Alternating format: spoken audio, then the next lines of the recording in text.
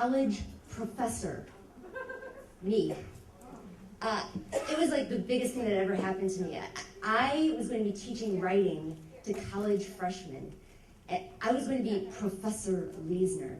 I was so excited, I couldn't believe it. So right before the semester started, I went to the college's security office to get my official college ID badge.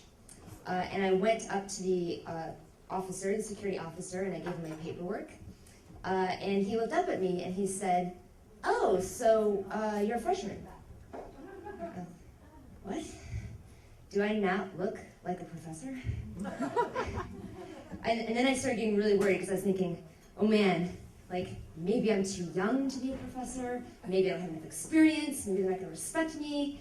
And then I started feeling like I am a phony. I'm a total imposter. What am I going to do?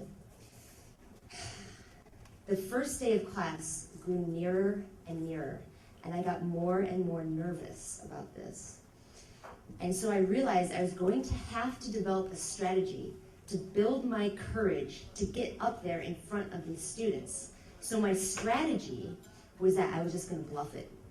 And I was just going to act like I knew what I was doing, and they would just assume that I had the authority to be there. I thought this would work really well. So first day of class, I got there an hour early. I was really nervous and checking out the classroom. It was a beautiful classroom. There was this digital projector and a fancy projection screen, and so I practiced my professorial shtick, how I thought it might go, and I checked my fly a few times just to make sure that was all up, and then I waited. At 8 a.m., the students arrived. Showtime. So, I introduced myself to the class the way I thought a confident professor would, and I was like, "Hello, class, I am Professor Liesener. You can call me Professor Liesener." And so I turned to the whiteboard to spell my name for them. That's what a good teacher does, illustrates things. And so I turned to the whiteboard, and I started to write my name. And I remember I had a green marker, and I started my name. L, I, and midway through the I knew something was terribly wrong. Because the whiteboard was fluttering slightly. And in that moment, it was like my vision did an immediate zoom out, and I realized I just wrote my name on the projection screen that was pulled down over the whiteboard.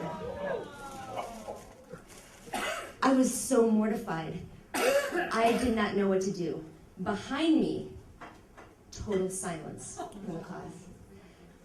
I didn't know what to do, so I just acted like it didn't happen and very casually pulled the string to release the projection screen, which went like that, very subtle, and just started over on the whiteboard. There we go, L, I.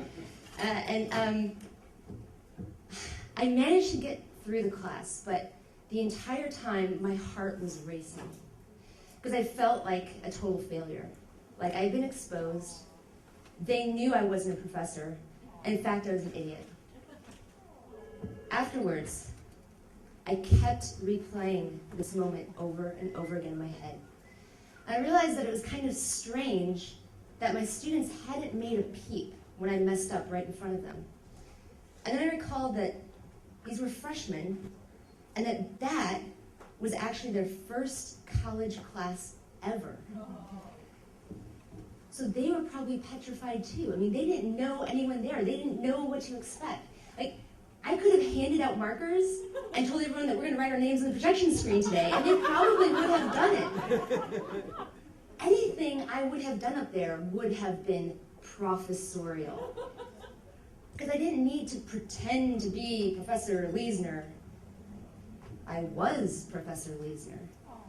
And I realized that ultimate courage is simply feeling the freedom to be yourself.